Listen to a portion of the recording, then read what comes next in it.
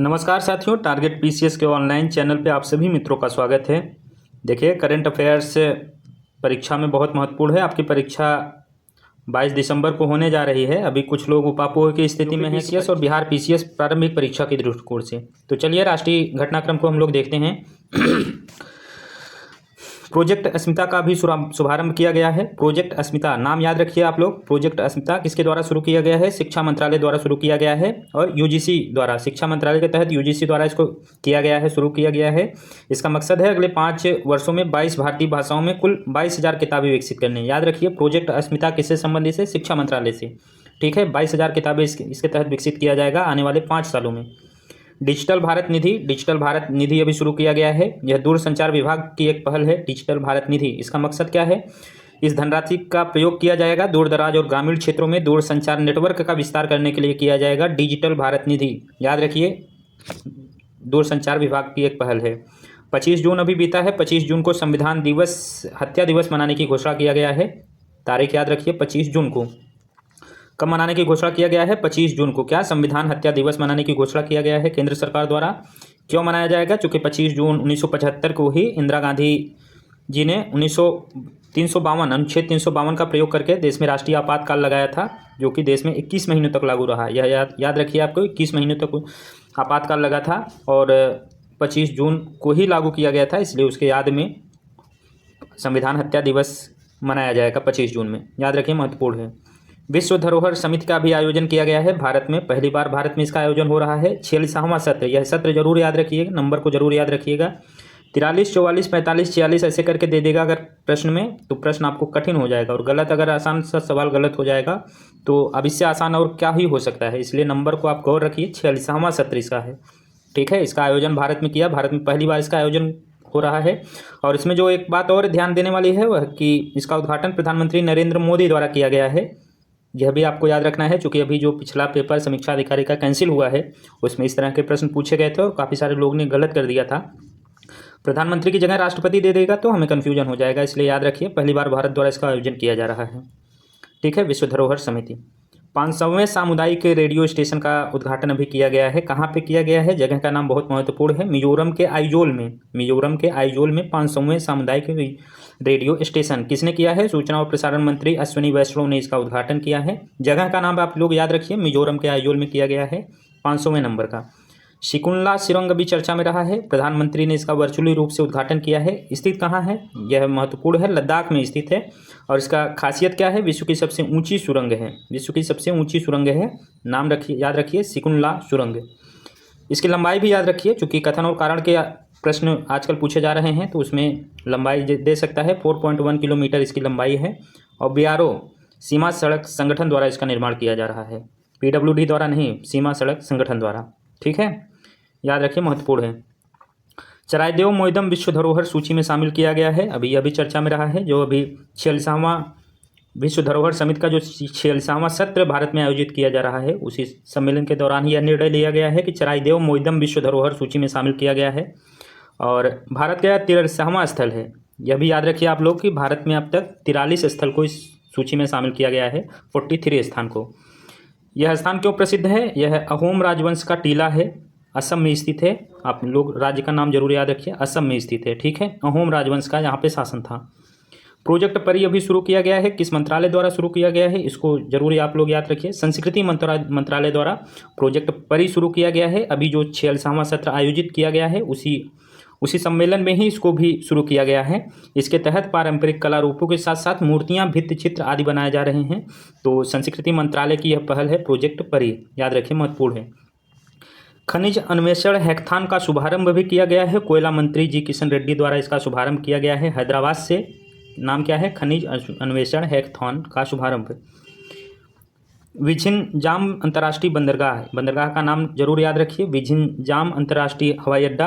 कहाँ पे शुरू किया गया है? केरल में इसका निर्माण किया गया है और अडानी समूह द्वारा इसका निर्माण किया गया है। यही 2 पॉइंट इसमें महत्वपूर्ण है। बंदरगाह का नाम याद रखिए, किस राज्य में है और किसके द्वारा इसका निर्माण किया गया है।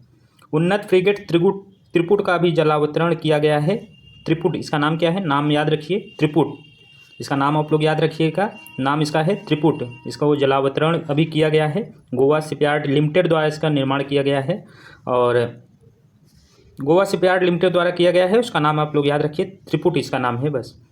देश का स्वदेशी हल्का टैंक जोरावर का अभी अनावरण किया गया है, नाम क्या है? जोरावर। अगर इसमें पूछ लेगा एक मिसाइल का नाम है या एक सैनिक हेलीकॉप्टर है तो आप लोग कंफ्यूज हो जाएंगे। यह है क्या?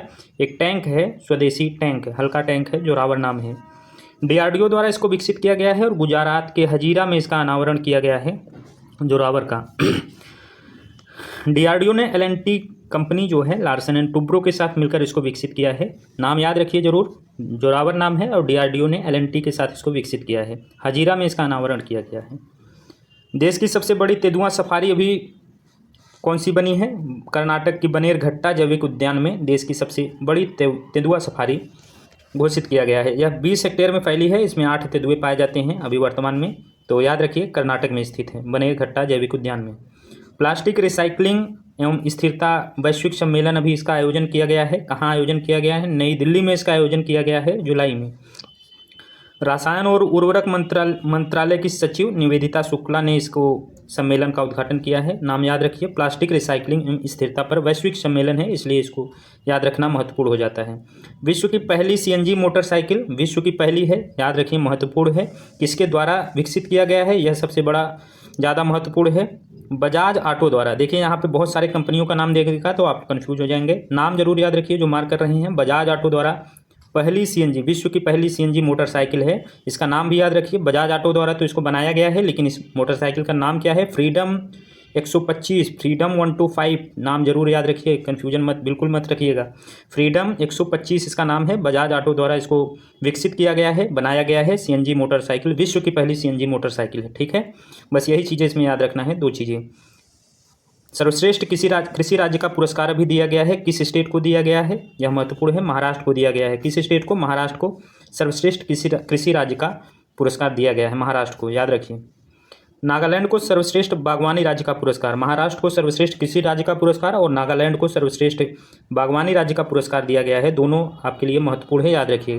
कथन में पूछा जाएगा, महाराष्ट्र दे देगा और सर्वश्रेष्ठ बागवानी का दे देगा, कर्नाटक दे देगा तो कन्फ्यूजन हो जाएगा। इसलिए याद रखिए, नागालैंड को सर्वश्रेष्ठ बागवानी राज्य का पुरस्कार और महाराष्ट्र को सर्वश्रेष्ठ कृषि राज्य का पुरस्कार दिया गया है। विष्णुपद और महाबोधि कॉरिडोर अभी चर्चा में था, केंद्रीय बजट प्रस्तुत के दौरान वित्त मंत्री ने इसका जिक्र किया था। इसके कॉरिडोर का निर्माण किया जाएगा, यह बिहार में स्थित है। विष्णुपद मंदिर और महाबोधि कॉरिडोर को विकसित किया जाएगा बिहार में। सफाई अपनाओ बीमारी भगाओ पहल अभी शुरू किया गया है, किसके द्वारा शुरू किया गया है? आवास और शहरी मामलों के मंत्रालय द्वारा इसको शुरू किया गया है, स्वास्थ्य मंत्रालय द्वारा नहीं। नाम क्या है? सफाई अपनाओ बीमारी भगाओ, स्वास्थ्य आवास और शहरी मामलों के मंत्रालय द्वारा, स्वास्थ्य मंत्रालय द्वारा नहीं, कन्फ्यूजन मत पालिएगा बिल्कुल भी। दक्षिण एशिया का सबसे बड़ा फ्लाइंग स्कूल खोला गया। फ्लाइंग स्कूल मतलब जहाँ पे पायलट वगैरह का प्रशिक्षण होगा। सबसे बड़ा फ्लाइंग स्कूल कहाँ पे खोला गया है? जगह का नाम बहुत महत्वपूर्ण है, महाराष्ट्र के अमरावती में अभी इसका उद्घाटन किया गया है। दक्षिण एशिया का सबसे बड़ा फ्लाइंग स्कूल है, याद रखिए, बिल्कुल भी कन्फ्यूजन मत रखिएगा। दक्षिण एशिया का सबसे बड़ा फ्लाइंग स्कूल अमरावती, महाराष्ट्र के अमरावती में खोला गया है। भारतीय प्राणी सर्वेक्षण का 109वां स्थापना दिवस अभी मनाया गया है। भारतीय प्राणी सर्वेक्षण का 109वां स्थापना दिवस, इसका मुख्यालय कहाँ है? इसका मुख्यालय कोलकाता में स्थित है। भारतीय प्राणी सर्वेक्षण का मुख्यालय कहाँ है? कोलकाता में। इसकी स्थापना 1916 में हुई थी, ठीक। और एक चेकलिस्ट जारी किया गया है जिसमें भारत के संपूर्ण फौना को शामिल किया गया है इस अवसर पर, और ऐसा चेकलिस्ट जारी करने वाले भारत पहला देश बन गया है। लेकिन इसको जरूर आप याद रखिए, भारतीय प्राणी सर्वेक्षण का मुख्यालय कोलकाता में है और 1916 में इसकी स्थापना हुई थी। 109वां स्थापना दिवस मनाया है अभी। हथियार प्रणाली स्कूल का भी स्कूल खोला गया है। हथियार प्रणाली स्कूल कहाँ पे खोला गया है? हैदराबाद में खोला गया है। वायु स्टेशन में नया हथियार प्रणाली स्कूल खोला गया है। इसका उद्देश्य क्या है? भारतीय वायुसेना को मजबूत करना। नाम याद रखिए, हथियार प्रणाली स्कूल वायुसेना स्टेशन में खोला गया है।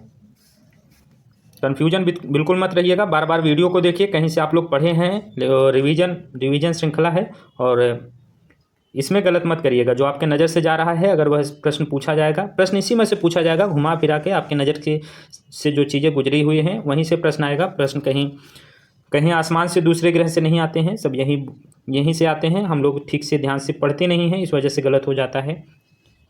इस वजह से बड़े ध्यान से देखिए। भगवत गीता अध्ययन में एमए कार्यक्रम प्रारंभ किया गया है। अब देखिए यहाँ पे कन्फ्यूजन कैसे क्रिएट होगा। क्या भगवत गीता, रामायण दे देगा, महाभारत दे देगा, ऐसे ही गलत होता है, इसलिए बड़े ध्यान से पढ़िए।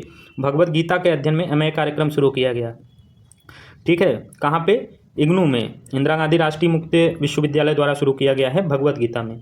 ठीक है, रामायण महाभारत नहीं, भगवत गीता में। झारखंड की अभ्रक खदान बाल मुक्त घोषित किया गया है। कहाँ की? झारखंड की अभ्रक खदान है, इसको बाल मुक्त घोषित किया गया है।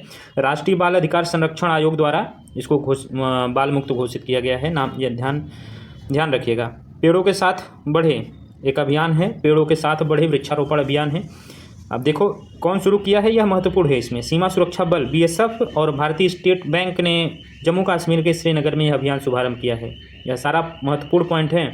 BSF ने भारतीय स्टेट बैंक के साथ मिलकर जम्मू कश्मीर में इस पहल का शुभारंभ किया है, पेड़ों के साथ बढ़े। ठीक है, दुनिया का सबसे बड़ा रामायण मंदिर अभी खोला जा रहा है, बिहार के पूर्वी चंपारण में है। कहाँ पे है? पूर्वी चंपारण में दुनिया का सबसे बड़ा रामायण मंदिर है, इसलिए महत्वपूर्ण है। विराट रामायण मंदिर इसका नाम दिया गया है। BPSC के लिए बहुत महत्वपूर्ण होगा यह पॉइंट। विराट रामायण मंदिर इसका नाम है। और अयोध्या में नवनिर्मित राम मंदिर से भी यह बड़ा होगा। इसका नाम क्या है? विराट रामायण मंदिर दुनिया का सबसे बड़ा रामायण मंदिर है। नीति गियर शिफ्ट चैलेंज, नाम याद रखिए, नीति गियर शिफ्ट चैलेंज किसके द्वारा? नीति आयोग द्वारा इसको शुरू किया गया है। फास्ट इंडिया पहल के तहत इसको शुरू किया गया है। नाम क्या रखिए? नाम याद रखिएगा, नीति गियर शिफ्ट पहल। इसका उद्देश्य क्या है? शून्य उत्सर्जन ट्रकों को अपनाने हेतु अभिनव व्यवसाय मॉडल को बढ़ावा देना। शून्य उत्सर्जन ट्रकों को अपनाने के लिए नीति gear shift challenge NITI Aayog द्वारा शुरू किया गया है। इसको जरूर याद है। नीति गियर शिफ्ट में भी नीति दिया है, तो नीति आयोग द्वारा शुरू किया गया है। एक दिन में 11 लाख पौधे लगाने का विश्व रिकॉर्ड अभी कायम किया गया है। किसके द्वारा? इंदौर शहर द्वारा। इंदौर मध्य प्रदेश के तहत 14 जुलाई को एक दिन में 11 लाख पौधे लगाए हैं। Guinness book of world record में शामिल किया गया है। नंबर याद रखिए, 11 लाख द्वारा, इंदौर शहर द्वारा। द वॉइस बॉक्स कार्यक्रम अभी शुरू किया गया है। किसके द्वारा? राष्ट्रीय फिल्म विकास निगम द्वारा द वॉइस बॉक्स कार्यक्रम शुरू किया गया है। इस कार्यक्रम का उद्देश्य भारत में वॉइस ओवर कलाकारों को कुशल बनाना है। राष्ट्रीय फिल्म विकास निगम द्वारा। सियाचिन में पहली बार महिला अधिकारी बनी है, उनका नाम क्या है? उनका नाम है कैप्टन सुप्रीता सिटी। नाम याद रखिए, कैप्टन सुप्रीता सिटी ने सेना वायु रक्षा कोर की पहली अधिकारी बनकर इतिहास रख दिया। सेना वायु रक्षा कोर की पहली अधिकारी बनकर। इससे पहले भी एक कैप्टन बनी थी सुप्रीता। कैप्टन सुप्रीता से पहले, जो इनका नाम है कैप्टन सुप्रीता सिटी ने, इनसे पहले भी शिवा चौहान सियाचिन में तैनात होने वाली पहली महिला अधिकारी थी। लेकिन यह सेना वायु रक्षा कोर की पहली अधिकारी बनकर इतिहास रचा है। इनका नाम याद रखिए, कैप्टन सुप्रीता सिटी। पर्यटक वाहनों हेतु कचरा बैग अनिवार्य कर दिया है। किसने? सिक्किम की सरकार ने ऐसा निर्णय किया है, और बाकी राज्यों द्वारा भी ऐसा डिसीजन लिया जा रहा है, लेकिन सर्वप्रथम सिक्किम द्वारा शुरू किया गया है। अगर सर्वप्रथम पूछे तो सिक्किम आपको लगाना है। भारत का सबसे मूल्यवान ब्रांड भी घोषित किया गया है। सबसे मूल्यवान ब्रांड कौन सी है? टाटा समूह। टाटा सबसे मूल्यवान ब्रांड भारत की इसमें उभरी है। उसके बाद इंफोसिस है, उसके बाद HDFC, फिर LIC। अगर टॉप 4 पूछा जाए तो Tata, Infosys, HDFC, LIC। Tata top पे है, सर्वश्रेष्ठ मूल्यवान ब्रांड भारत की। राष्ट्रपति भवन में अभी दरबार हाल और अशोक हाल के नाम में परिवर्तन किया गया है। दरबार हाल को दरबार गणतंत्र मंडल किया गया है, और अशोक हाल को अशोक मंडप किया गया है। अशोक मंडप, अशोक में अशोक हाल को किया गया है, और दरबार हाल को गणतंत्र मंडल किया गया है। ठीक, दरबार शब्द को हटा दिया गया है, याद रखिए। विश्वनाथ गोलदार समिति का भी गठन किया गया है। समिति महत्वपूर्ण है, याद रखिए। विश्वनाथ गोलदार समिति, इनका काम क्या है? सकल घरेलू उत्पाद के आधार वर्ष में संशोधन करना। सकल घरेलू उत्पाद का अभी आधार वर्ष क्या है? 2011-12। सकल घरेलू उत्पाद का आधार वर्ष 2011-12 में है। इसको संशोधन करने की सिफारिश के लिए विश्वनाथ गोलदार समिति बहुत महत्वपूर्ण समिति है, याद रखिएगा। इसको अभी गठित किया गया है, लेकिन इन्हें संशोधन कर इसे 2020-21 का प्रस्ताव बनाने का प्रस्ताव दिया है। इसने अपना रिपोर्ट भी दे दिया है, और उन्होंने सिफारिश किया है कि 2020-21 बनाया जाए आधार वर्ष को। सांख्यिकी मंत्रालय को उन्होंने अपना रिपोर्ट दिया है। भारत के पहले भूमिगत संग्रहालय का उद्घाटन किया गया है। कहाँ पे उद्घाटन किया गया है? हुमायूं के मकबरे में। दिल्ली स्थित हुमायूं के मकबरे के परिसर में उद्घाटन किया गया है। भारत के पहले भूमिगत संग्रहालय का उद्घाटन किया गया है। यह भारत का पहला भूमिगत संग्रहालय है, इसलिए महत्वपूर्ण है। कहाँ? हुमायूं के मकबरे में। ठीक है, याद रखिए, हुमायूं के मकबरे में। हुमायूं याद रखिए, कन्फ्यूजन बहुत हो जाएगा, सवाल यहीं से पूछा जाएगा, इसलिए जो इतने भी फैक्ट दिए गए हैं बड़े ध्यान से आप लोग देखिए। निपुण भारत मिशन अभी शुरू किया गया है, शिक्षा मंत्रालय की पहल है। निपुण भारत मिशन मंत्रालय किससे संबंधित है? शिक्षा। इसका प्राथमिक लक्ष्य क्या है? 3 से 9 वर्ष की आयु के बच्चे के, कितने वर्ष के? 3 से 9 वर्ष आयु के बच्चों को सार्वभौमिक आधारभूत साक्षरता एवं संख्यात्मकता प्रदान करना, प्राप्त कराना इसका मकसद है। निपुण भारत मिशन शिक्षा मंत्रालय की पहल है 309 वर्ष के बच्चों के लिए। लद्दाख में भी 5 और ज़िले घोषित किए गए हैं, नए ज़िले बनाए गए हैं। पहले 2 ज़िले पहले से ही थे और 5 ज़िले नए गठित किए गए हैं। गृह मंत्री अमित शाह द्वारा इसका घोषणा किया गया है। नए ज़िलों का नाम देखते हैं, जास्कर, द्रास, साम, नुब्रा, चांगथांग। इसी में एक ज़िला पुराना दे देगा और पूछेगा कि कौन सा ज़िला नहीं शामिल किया गया है। इसमें ऐसे ही प्रश्न पूछे जाएंगे। अब टोटल 7 ज़िले हो गए हैं, 2 पहले से ही थे, 5 नए ज़िले बनाएंगे। पहले से 2 ज़िले जो संचालित थे, लेह और कारगिल, पहले 2 ज़िले थे लेह और कारगिल, अब 5 और शामिल हो गए, तो अब कुल टोटल 7 ज़िले हो गए हैं लद्दाख में। देखिए, बहुत महत्वपूर्ण पॉइंट एक है, पहला राष्ट्रीय अंतरिक्ष दिवस मनाने का घोषणा किया गया है। किस तारीख को मनाया जाएगा? 23 अगस्त को। 25 जून को अभी हम लोग ऊपर देखे हैं कि संविधान हत्या दिवस मनाने की घोषणा किया गया है और 23 अगस्त 2024 को, 23 अगस्त को पहला राष्ट्रीय अंतरिक्ष दिवस मनाया जाएगा। क्यों मनाया जाएगा? चंद्रयान 3 ने इसी दिन 2023 को, 23 अगस्त के दिन ही चंद्रमा के दक्षिणी छोर पर उतरने वाला भारत पहला देश बना था और चंद्रमा पर उतरने वाला चौथा देश बना था।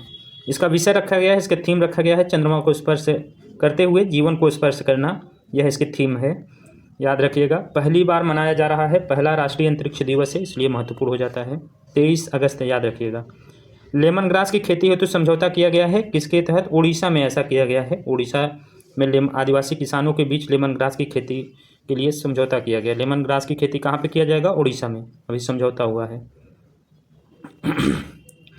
राष्ट्रीय हिंदी दिवस सम्मेलन का भी आयोजन किया गया है। कहाँ पे आयोजन किया गया है? भोपाल, मध्य प्रदेश में।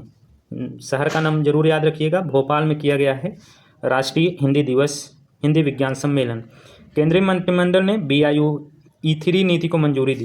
क्या नीति है? BIO-E3। इसके तहत क्या होगा? अर्थव्यवस्था, पर्यावरण, रोजगार के लिए जैव प्रौद्योगिकी नीति की मंजूरी दी है और जैव प्रौद्योगिकी विभाग द्वारा संचालित इस नीति का उद्देश्य है उच्च प्रदर्शन वाले जैव विनिर्माण को बढ़ावा देना, इसका मकसद है। अभी केंद्रीय मंत्रिमंडल ने इसको मंजूरी दी है, तो याद रखिएगा। 78वां स्वतंत्रता दिवस अभी मनाया गया है। 78वां स्वतंत्रता दिवस को प्रधानमंत्री मोदी ने अभी संबोधित किया है। लगातार 11वीं बार इन्होंने संबोधित किया है, 2014 से लगातार इन्होंने संबोधित किया है। इसका थीम है विकसित भारत @2047। ठीक है, स्वतंत्रता दिवस की अभी 15 अगस्त 2024 को मनाया गया। सांस्कृतिक संपत्ति समझौता भी किया गया है, भारत और USA के मध्य किया गया है। क्या है? सांस्कृतिक संपत्ति समझौता। किसके बीच? भारत और USA के बीच। रैपिडो 2024 में यूनिकॉर्न कंपनी बनने वाली भारत की तीसरी कंपनी बनी। मतलब 2024 में टोटल अब तक 3 कंपनियां हैं जिसको यूनिकॉर्न का दर्जा दिया गया है, तीसरी कंपनी है रैपिडो। 2015 में अरविंद साका और पवन गुटुपल्ली और ऋषिकेश द्वारा इसको स्थापित किया गया था। तीनों लोग मिलकर 2015 में रैपिडो की स्थापना किए थे। और यूनिकॉर्न बनने का मतलब है कि यह स्टार्टअप है, एक ऐसा स्टार्टअप जिसका मूल्य $1 बिलियन से अधिक हो जाता है, वह कंपनी यूनिकॉर्न कंपनी हो जाती है। सैनिटरी नैपकिन हेतु पैसा देने वाला मध्य प्रदेश पहला राज्य बना है। 7 से 12वीं कक्षा तक की पढ़ने वाली लड़कियों को यह सैनिटरी नैपकिन्स के पैकेज देने के लिए पैसा देगा। 300 रुपये पर महीने के हिसाब से यह पैसा देंगे। ठीक है, सैनिटरी नैपकिन के लिए मध्य प्रदेश, याद रखिएगा। सुभद्रा योजना को मंजूरी दी गई है। अभी 5 वर्ष में कुल 50,000 रुपये दिए जाएंगे पात्र महिलाओं के। 21 से 60 वर्ष की महिलाएं इसमें इसके लाभ की पात्र होंगी। और प्रधानमंत्री द्वारा इसको शुरू किया गया है उड़ीसा में, सुभद्रा योजना। उड़ीसा में पहले चावल ATM का अभी शुभारंभ किया गया है। तो पहले राइस ATM कहाँ खोला गया है? उड़ीसा में। याद रखिए, शहर का नाम आप याद रखिए, स्टेट का।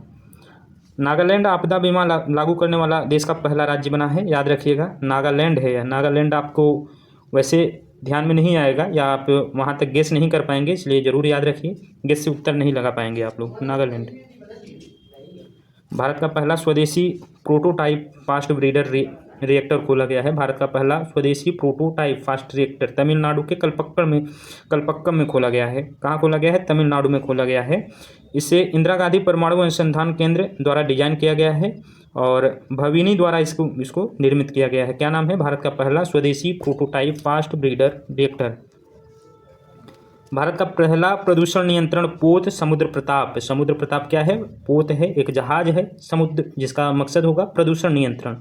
यह तेल रिसाव की घटनाओं को पता लगाएगा और उन्हें रोकने में सहायता किया गया है। गोवा में इसका जलावतरण किया गया है और गोवा शिपयार्ड लिमिटेड द्वारा ही इसको डिजाइन किया गया है स्वदेशी रूप से। नाम याद रखिए, समुद्र प्रताप है और प्रदूषण नियंत्रण पोत है, यह महत्वपूर्ण है। दूसरी परमाणु पनडुब्बी, पहली का नाम क्या था? INS अरिहंत, और दूसरी का नाम INS अरिघात। नाम में थोड़े कंफ्यूज मत होइए, क्लियर कट एकदम रखिएगा। पहला INS अरिहंत को पहले ही शामिल किया गया था, अभी जो शामिल किया गया है दूसरी क्या है? परमाणु पनडुब्बी INS अरिघात को अभी शामिल किया गया है भारतीय नौसेना द्वारा। विशाखापट्टनम में इसको शामिल किया गया है भारतीय नौसेना में। सिंगल स्ट्रेन ओरल हैजा वैक्सीन हिलकोल का भी मान्यता दिया गया है। इसका नाम क्या है? हिलकोल इसका नाम है। क्या है यह? ओरल हैजा की वैक्सीन है। हिलकोल हैजा की वैक्सीन है। किस बीमारी में? हैजा की। भारत बायोटेक ने इसको अभी विकसित किया है। किसके द्वारा विकसित किया गया है? यह भी महत्वपूर्ण है, भारत बायोटेक। 1 वर्ष से अधिक उम्र के बच्चे इसका उपयोग कर सकेंगे। हिलकोल नाम है, याद रखिए। हिलकोल में H है और हैजा में भी H है, तो दोनों में HS से आप मैच कर लीजिएगा। भारत बायोटेक द्वारा विकसित किया गया है। पहला पुनः प्रयोज्य हाइब्रिड रॉकेट, इसका नाम क्या है? रोमी 1 को लॉन्च किया गया है। चेन्नई स्थित थिरुविंदई से इसको लॉन्च किया गया है। तमिलनाडु की एक स्टार्टअप कंपनी है स्पेस जोन इंडिया द्वारा इसको विकसित किया गया है। नाम क्या है? रोमी 1 पुनः प्रयोज्य हाइब्रिड रॉकेट रोमी 1। भारत की पहली स्वदेशी monkey pox RT-PCR kit launch किया गया है। पहली स्वदेशी monkey pox RT-PCR kit launch किया गया है। आंध्र प्रदेश स्थित मेडटेक जोन द्वारा इसको लॉन्च किया गया है। किसके द्वारा? आंध्र प्रदेश द्वारा।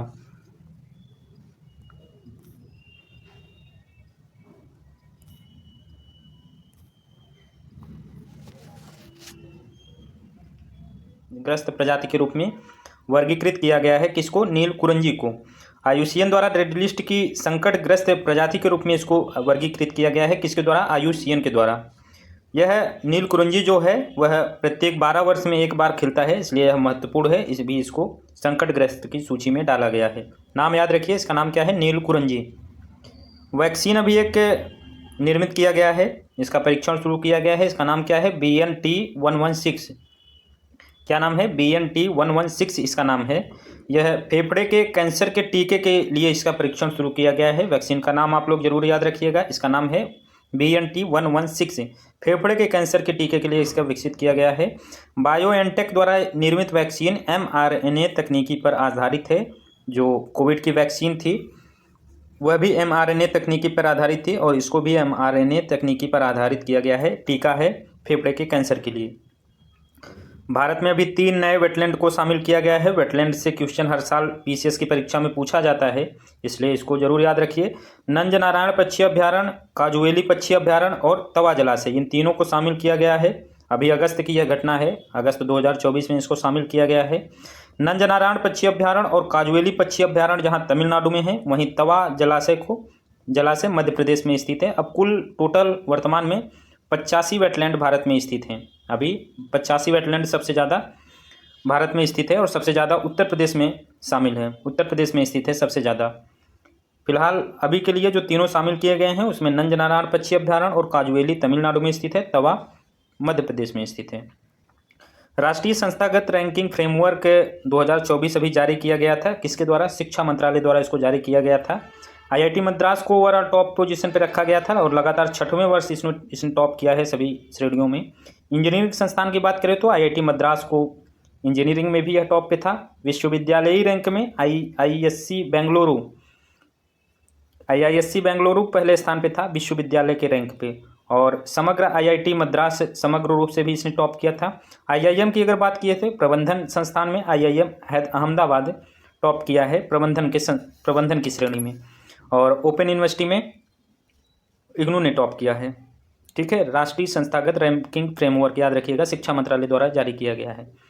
कर्नाटक में सर्वाधिक इलेक्ट्रिक वाहन चार्जिंग स्टेशन, ऐसा एक रिपोर्ट जारी किया गया है। उसमें बताया गया है कि कर्नाटक में सर्वाधिक इलेक्ट्रिक वाहन चार्जिंग स्टेशन है। कहाँ पे है? कर्नाटक में। दूसरे स्थान पर महाराष्ट्र है और तीसरे स्थान पर उत्तर प्रदेश है। तो उत्तर प्रदेश की रैंक जरूर याद रखिएगा, तीसरे स्थान पर है। 4 नए ऐप का अनावरण किया गया है। आपराधिक कानून, जो नए आपराधिक कानून को लागू करने के लिए 4 ऐप का अनावरण गृह मंत्रालय द्वारा किया गया है। कहाँ से किया गया है? चंडीगढ़ से किया गया है। जगह का नाम आप लोग जरूर याद रखिए।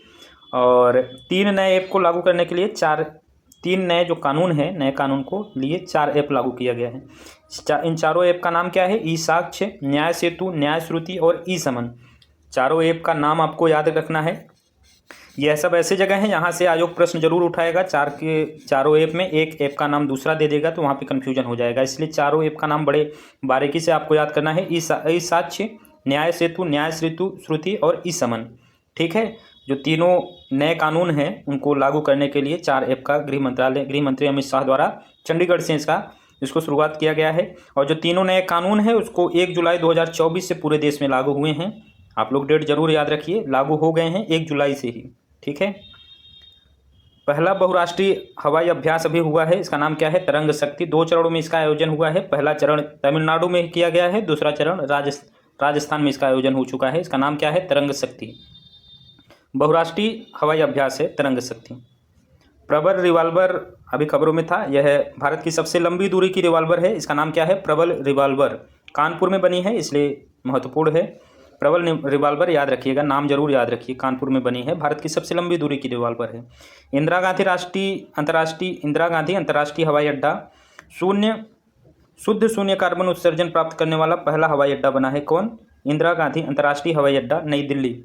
एकीकृत पेंशन योजना अभी सरकार द्वारा शुरू किया गया है, यूपीएस इसका नाम है, यूनिफाइड पेंशन स्कीम। इसके तहत सरकारी कर्मचारियों को उसके अंतिम वेतन का 50% आजीवन मासिक पेंशन, जो ओल्ड पेंशन स्कीम की मांग कर रहे थे, उसी के विकल्प के तौर पर इसको लाया गया है। हालांकि इससे भी जो हमारे कर्मचारी हैं, सरकारी ऑफिसर्स वगैरह, जो गवर्नमेंट एम्प्लॉयज़ हैं, इससे भी खुश नहीं हैं। उनकी मांग है कि ओपीएस को ही शुरू किया जाए, ओल्ड पेंशन स्कीम को ही शुरू किया जाएगा। इसमें याद रखिए टीवी सोमनाथन कमेटी की सिफारिश पर इसको लागू किया गया है, एकीकृत पेंशन स्कीम को। ठीक है, और कर्मचारियों को अपने वेतन का 10% अंशदान किया जाएगा और सरकार की तरफ से 18.5% का इसमें योगदान किया जाएगा। अंतिम 12 महीनों में के औसत के आधार पर उनको दिया जाएगा। 12 महीनों का औसत के हिसाब से जो औसत बनेगा वही उनको पेंशन के रूप में दिया जाएगा। ठीक है, याद रखिए एकीकृत पेंशन योजना। भारत का पहला एटलस गांव, उस गांव का नाम क्या है? मायम गांव है, गोवा में। भारत का पहला एटलस गांव है। ऐसे डायरेक्ट पूछेगा कि भारत का पहला एटलस गांव किस स्टेट में है या उस गांव का नाम क्या है, तो गांव का नाम मायम है और गोवा स्टेट में है। एक साथ एक चुनाव कराने के लिए मंत्रिमंडल ने इसको मंजूर किया है। अभी रामनाथ कोविंद की अध्यक्षता में कमेटी बनी थी, इन्होंने इसकी सिफारिश की है। अभी कैबिनेट ने इसको मंजूरी भी दे दी है। लोकसभा और राज्य विधानसभाओं का चुनाव इसके तहत एक साथ होगा। कौन कौन से? लोकसभा के चुनाव और राज्य विधानसभा के चुनाव, पंचायत के चुनाव नहीं होंगे। और इसमें बताया गया है कि इसके 100 दिन, लोकसभा और राज्य विधानसभा के चुनाव होने के 100 दिन बाद स्थानीय निकायों का चुनाव कराया जाएगा। इसके साथ नहीं होगा, लेकिन उसके 100 दिन के भीतर ही स्थानीय निकायों के भी चुनाव कराया जाएगा। अनुच्छेद 83 कहता है संसद के दोनों सदनों की अवधि की बात करता है, और अनुच्छेद 172 राज्य विधानसभाओं की अवधि की संशोधन, इसमें संशोधन किया जाएगा दोनों में, अनुच्छेद 83 और अनुच्छेद 172 में। वैश्विक खाद्य विनियामक शिखर सम्मेलन का आयोजन अभी किया गया है, नई दिल्ली में इसका आयोजन किया गया है। नाम याद रखिए, वैश्विक खाद्य शिखर सम्मेलन 2024। स्वास्थ्य और परिवार कल्याण मंत्रालय के तत्वाधान में इसका सम्मेलन किया गया है नई दिल्ली में। 23वें विधि आयोग के गठन की मंजूरी अभी दी गई है। 23वें विधि आयोग राष्ट्रपति द्वारा 3 वर्ष के लिए, नाम आप लोग याद रखिए, ये 3 वर्ष आप लोग ध्यान दीजिएगा, 4 वर्ष 5 वर्ष देगा, लेकिन नहीं, 3 वर्ष के लिए गठित इसको किया गया है। 23वें विधि आयोग, और 3 वर्ष के लिए इसका गठन किया गया है। 1 सितंबर 2024 से लेकर 31 अगस्त 2027 तक यह इसका गठन किया गया है। टाइम पीरियड जरूर याद रखिए, 1 सितंबर से 31 अगस्त 2027 तक 3 साल के लिए बनी है 23वां विधि आयोग।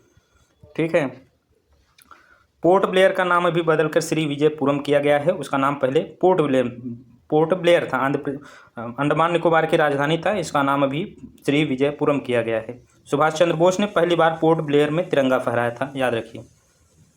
ग्लोबल फिनटेक फेस्ट 2024 का आयोजन किया गया है, कहाँ पे? मुंबई के जियो वर्ल्ड कन्वेंशन सेंटर में इसका आयोजन किया गया है, ग्लोबल फिनटेक फेस्ट 2024।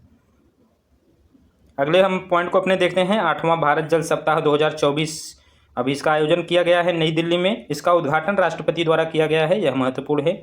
कहीं भी अगर उद्घाटन राष्ट्रपति करते हैं या प्रधानमंत्री करते हैं तो उसको आप थोड़ा बारीकी से देखिए, क्योंकि आयोग के लिए एक स्पेस बन जाता है वहाँ से प्रश्न पूछने का। राष्ट्रपति की जगह प्रधानमंत्री कर देगा, इसलिए 8वां भारत जल सप्ताह 2024 का आयोजन दिल्ली में हुआ है और राष्ट्रपति द्वारा उसका आयोजन किया गया है। इसका जो थीम इस बार की रखी गई है, समावेशी जल विकास एवं प्रबंधन के लिए साझेदारी और सहयोग, इसकी थीम रखी गई है।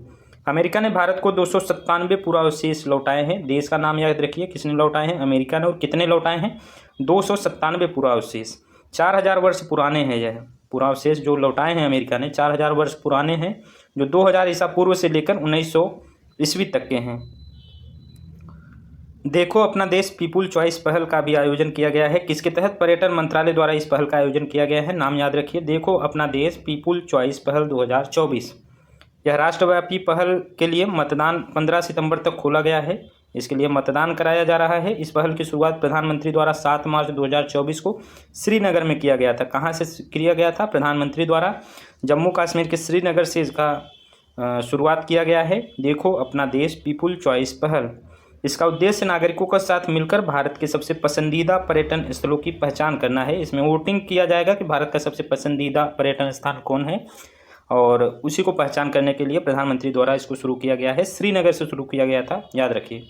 विश्व शांति बुद्ध विहार का लोकार्पण किया गया है, यह भी महत्वपूर्ण है। लातूर महाराष्ट्र में, इसका लातूर जिला है वहाँ का, महाराष्ट्र का, उसमें इसका शुभारंभ राष्ट्रपति द्रौपदी मुर्मू द्वारा इसका उद्घाटन किया गया है। नाम क्या है? विश्व शांति बुद्ध विहार। बिहार आपको आंसर में देगा तो बिहार मत मार दीजिएगा। अगर राज्य पूछे तो बिहार से नहीं संबंधित है, महाराष्ट्र से संबंधित है। PCAF पर हस्ताक्षर करने वाला पहला भारतीय बैंक बना है। कौन बैंक बना है? Union bank of India. Union bank of India पहला भारतीय बैंक बना है। किस पे? PCAF पर हस्ताक्षर करने वाला, partnership of carbon accounting financial पर हस्ताक्षर करने वाला पहला भारतीय बैंक बना है। मिशन मौसम को अभी मंजूरी दी गई है। केंद्रीय मंत्रिमंडल द्वारा 2 वर्षों के लिए 2000 करोड़ परिव्यय के साथ मिशन मौसम को मंजूरी दिया गया है। इसका उद्देश्य क्या होगा? वायुमंडलीय विज्ञान, मौसम निगरानी आदि की क्षमता को बढ़ावा देने के लिए मिशन मौसम को मंजूरी दिया गया है। ठीक है, याद रखिए। राज्य खाद्य सुरक्षा सूचकांक भी जारी किया गया है। FSSAI द्वारा इसको जारी किया गया है। केरल पहले स्थान पर है। राज्य खाद्य सुरक्षा सूचकांक के मामले पे केरल पहले स्थान पर है, तमिलनाडु दूसरे स्थान पर। आप लोग लिंक करते रहिए कि केरल सबसे नीचे सबसे देश है। भारत के मैप में देखेंगे तो केरल और तमिलनाडु दोनों सबसे नीचे पे हैं, तो पहले और दूसरे स्थान पे केरल और तमिलनाडु है। वहीं तीसरे स्थान की बात करें तो जम्मू कश्मीर तीसरे स्थान पर है। केरल, तमिलनाडु और जम्मू कश्मीर तीसरे स्थान पर है। पूर्वोत्तर में नागालैंड को विशेष मान्यता दिया गया है। पूर्वोत्तर में नागालैंड पहले स्थान पर है। टील कार्बन पर भारत का पहला अध्ययन जारी किया गया है। इस पे टील कार्बन पर केवलादेव राष्ट्रीय उद्यान में यह स्थित है। टील कार्बन से तात्पर्य गैर ज्वारीय मीठे पानी की आर्द्रभूमि है। गैर ज्वारीय मीठे पानी की आर्द्रभूमि में संग्रहित कार्बन को टील कार्बन कहा जाता है। केवलादेव राष्ट्रीय उद्यान में स्थित है। अभी इसका अध्ययन किया गया है, याद रखिए। सी बॉक्स पोर्टल अभी शुरू किया गया है। सी से आपको पता चल रहा होगा, सी बॉक्स पोर्टल शुरू किया गया है। महिला और बाल विकास मंत्रालय द्वारा इसको लॉन्च किया गया है। इसका क्या मकसद है? कार्यस्थल पर महिलाओं के लिए सुरक्षित बनाना, और इसमें सरकारी और निजी दोनों क्षेत्र शामिल है। तो याद रखिए, सी बॉक्स पोर्टल किसके द्वारा? महिला और बाल विकास मंत्रालय द्वारा। मनु भाकर को अभी ब्रांड एम्बेसडर नियुक्त किया गया है। हाल फिलहाल में किसके द्वारा नियुक्त किया गया है? पत्तन पोर्ट परिवहन और जलमार्ग मंत्रालय द्वारा, पत्तन पोत परिवहन एवं जलमार्ग मंत्रालय द्वारा ब्रांड एम्बेसडर नियुक्त किया गया है। किसको? मनु भाकर को। ओलंपिक अभी पदक जीती हैं तो उन्हें ही नियुक्त किया गया है, याद रखिएगा। मंत्रालय जरूर याद रखिए किस मंत्रालय का इनको ब्रांड एम्बेसडर बनाया गया है। जीएसटी परिषद की अभी 54वीं बैठक हुई है। वित्त मंत्री निर्मला सीतारमण की अध्यक्षता में नई दिल्ली में इसकी बैठक की गई है। इसमें निर्णय लिया गया है कि कैंसर की दवाओं पर जीएसटी 5% कम किया गया है। किसकी दवाओं पर? कैंसर की दवाओं पर जीएसटी को 5% कम कर दिया गया है 54वीं बैठक में। विजनोअक्स अभी वेब पोर्टल शुरू किया गया है। विजनोनेक्स इसका नाम है, आप लोग नाम एक बार देख लीजिए। कपड़ा मंत्रालय द्वारा इसको लॉन्च किया गया है। भारत को वैश्विक फैशन लीडर बनाने के लिए कपड़ा मंत्रालय द्वारा इस पोर्टल को शुरू किया गया है, याद रखिए। एशियाई खेल 2026 का आयोजन कहाँ पे होगा? जापान के नगोया में होगा 2026 में। एशियाई खेल 2026 में योगासन को आधिकारिक रूप से इसमें शामिल किया गया है। भारत की पहल पे इसको शामिल किया गया है योगासन पे, इसलिए यह महत्वपूर्ण है, याद रखिए। एशियाई खेल 2026 में जापान में होगा और इसमें योगासन को भी शामिल किया गया है। स्वच्छ वायु सर्वेक्षण 2024 अभी जारी किया गया है। केंद्रीय प्रदूषण नियंत्रण बोर्ड द्वारा इसको जारी किया जाता है 3 कैटेगरी में। 3 कैटेगरी में जारी किया जाता है।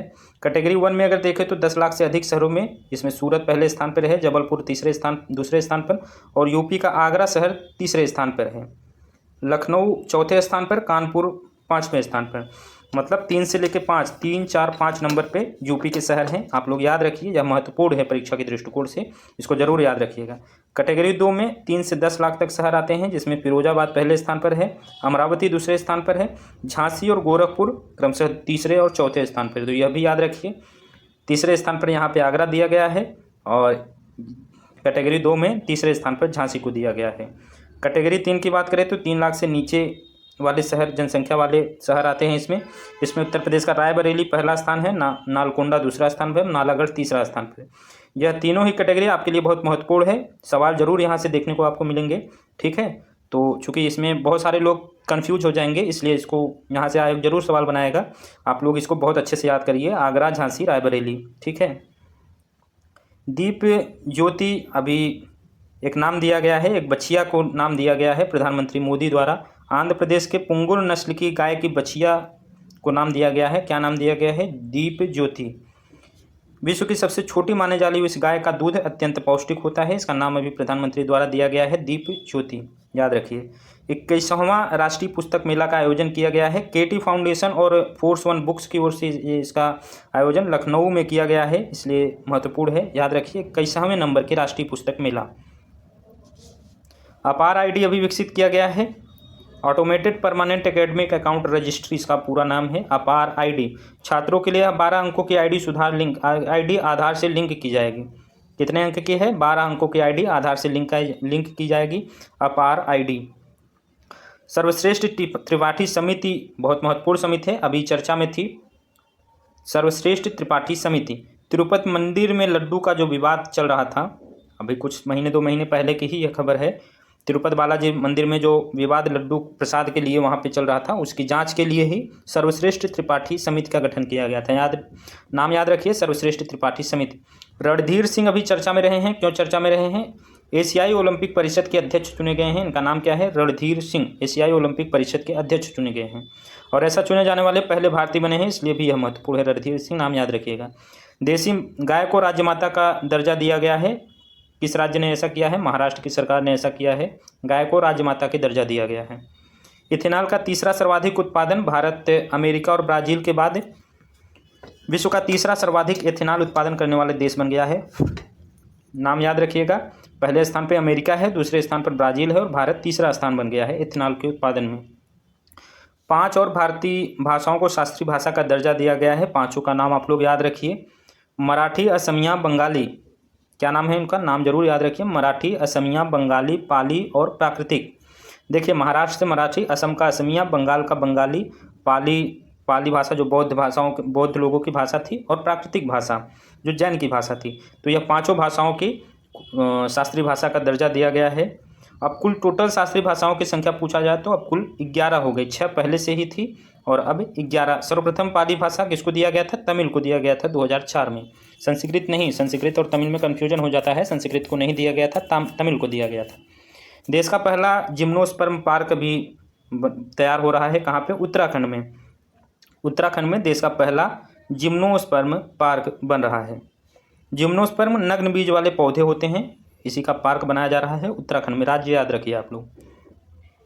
राष्ट्रीय जल पुरस्कार अभी राष्ट्रपति द्वारा इसको विकसित किया गया है, पहले स्थान पर उड़ीसा है, उत्तर प्रदेश का दूसरा स्थान पर है और पुदुचेरी और गुजरात यह संयुक्त रूप से तीसरे स्थान पर है, याद रखिए, सर्वश्रेष्ठ राज्य की श्रेणी में। और सबसे अच्छी शहरी निकाय में सूरत, पुरी और पुणे, यह टॉप 3 शहरी निकाय हैं सर्वश्रेष्ठ, याद रखिए। राष्ट्रपति द्वारा भी विकसित किया गया, राष्ट्रपति द्वारा भी वितरण किया गया है राष्ट्रीय जल पुरस्कार का।